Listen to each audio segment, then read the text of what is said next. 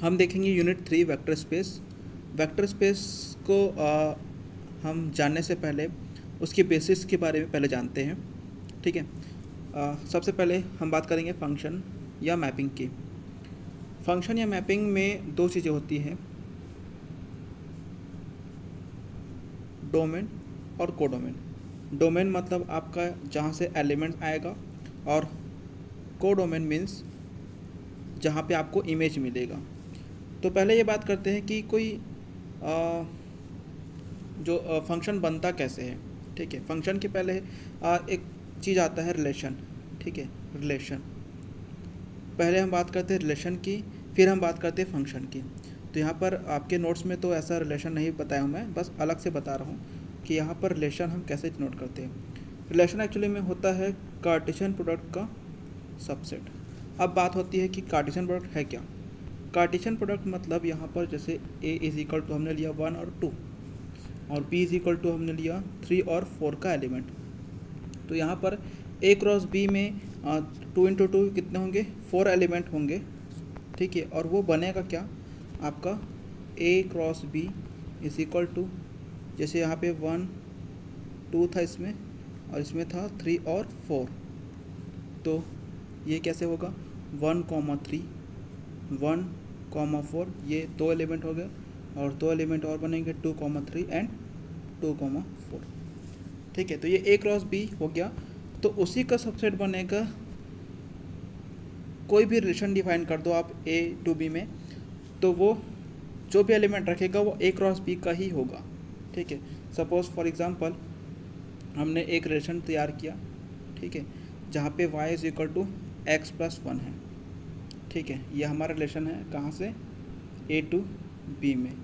अब आपके पास y is equal to x plus 1 आने चाहिए। ठीक है, तो आपका a क्रॉस b में क्या क्या एलिमेंट था अभी आपके पास, 1 3 1 4 एंड 2 3 एंड 2 4। अब इसमें आप ये चेक करोगे कि y is equal to x plus 1 कौन कौन से है। तो y मतलब आपका सेकंड पोजीशन और x मतलब फर्स्ट पोजीशन। तो आपको ऐसे चेक करना है कि इसमें x से ज़्यादा मतलब एक ज़्यादा देखना है। ठीक है, तो यहाँ पे जैसे सिर्फ ये मिल रहा है मुझे और कोई नहीं मिल रहा है, तो ये जो रिलेशन में आपके पास सिर्फ और सिर्फ एक ही एलिमेंट आया है, वो 2 3 आया है, जो कि सबसेट है किसका, a क्रॉस b का। ठीक है, ये पूरी कहानी चलती है।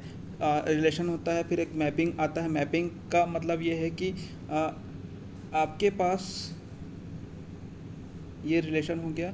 ये मैपिंग कब बनेगा, जब डोमेन का एक एलिमेंट का जो भी हम इमेज देखेंगे वो कोडोमेन में एक ही होना चाहिए। अगर जैसे मान लीजिए यहाँ पर 2 पॉइंट लिया हमने, 2 एलिमेंट लिया, और उसका इमेज अगर एक ही बनता है तो वो मैपिंग नहीं होगा। आ रही बात समझ में, तो वो मैपिंग नहीं होगा।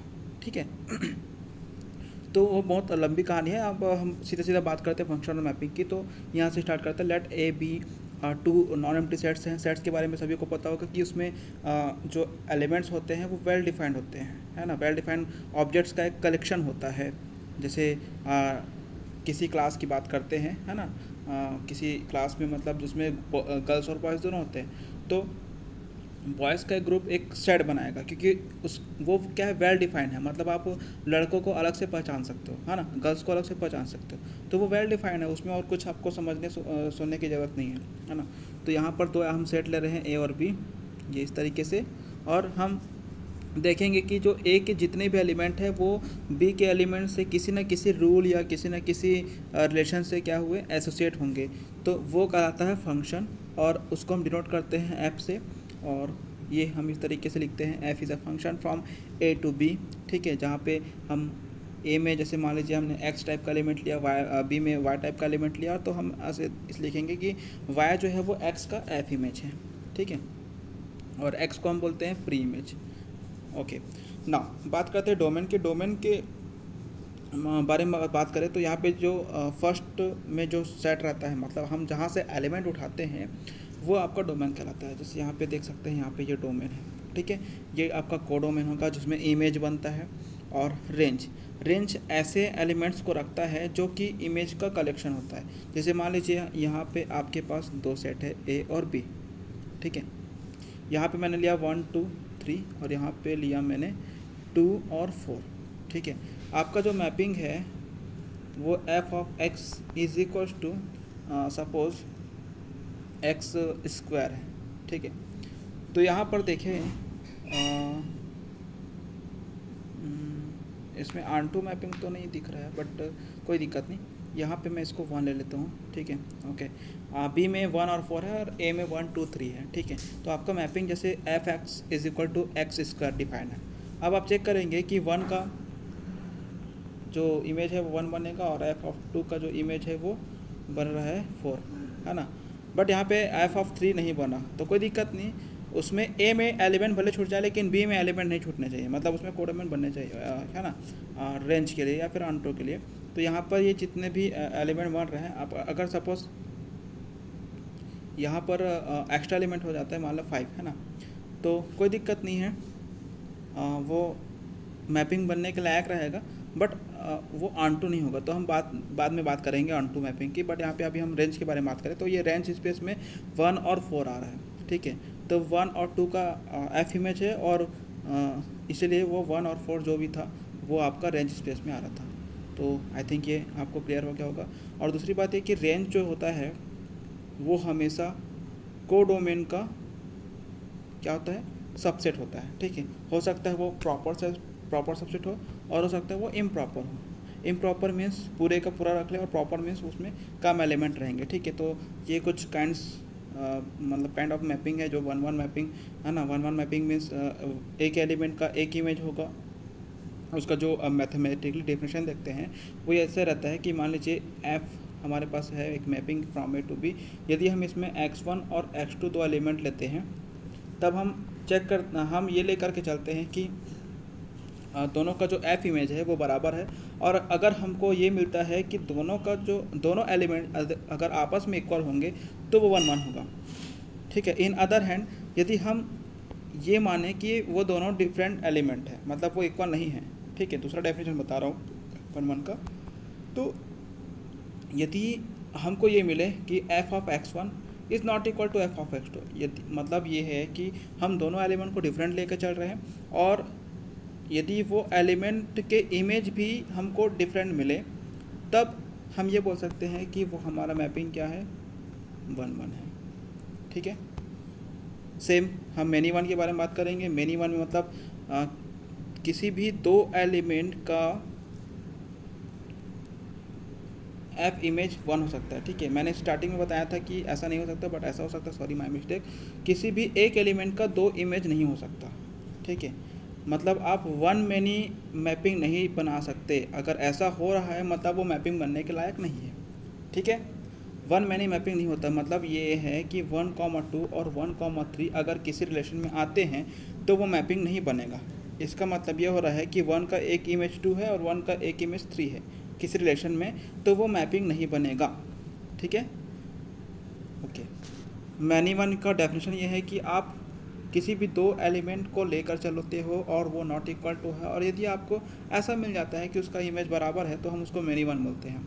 ऑन-टू मैपिंग के लिए सिंपल सा डेफिनेशन ये है कि आप यदि f is a mapping from a to b दिखाते हो, यदि आपको फॉर ऑल मान लीजिए बी में जितने भी एलिमेंट होंगे उसके लिए आपके पास यूनिक एलिमेंट ए में स्मॉल टाइप के मिलते हैं और इस प्रकार से मिलते हैं कि f of a is equal to b, या इन जनरलाइज हम ऐसा लिख सकते हैं कि ए का पूरा इमेज यदि बी बनता है तब हमारा एफ क्या होता है, ऑन-टू होता है। ठीक है, यहाँ पे पूरे नोट्स में लिखा हुआ है, कोई दिक्कत नहीं समझने में। ठीक है, तो ये क्लियर हो गया होगा ऑन-टू मैपिंग।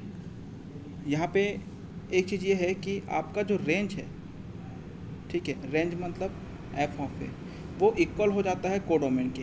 ये बी क्या है आपका, कोडोमेन। तो ऑन-टू में सिर्फ ये ध्यान रखना है कि पूरे का पूरा रेंज जो है वो कोडोमेन बन जाता है, मतलब कोडोमेन में एक भी एलिमेंट ऐसा नहीं छूटना चाहिए कि वो किसी डोमेन के किसी भी एलिमेंट का एफ इमेज ना हो। आ रही बात समझ में?